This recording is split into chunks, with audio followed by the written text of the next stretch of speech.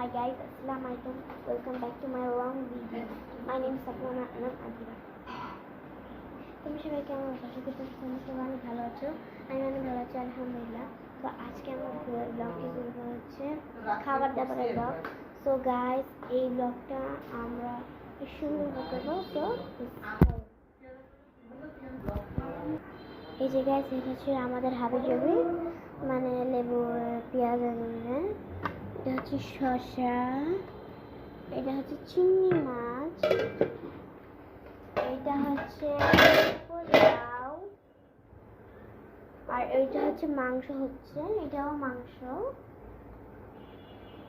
এই যে এটা হচ্ছে আমার আপু।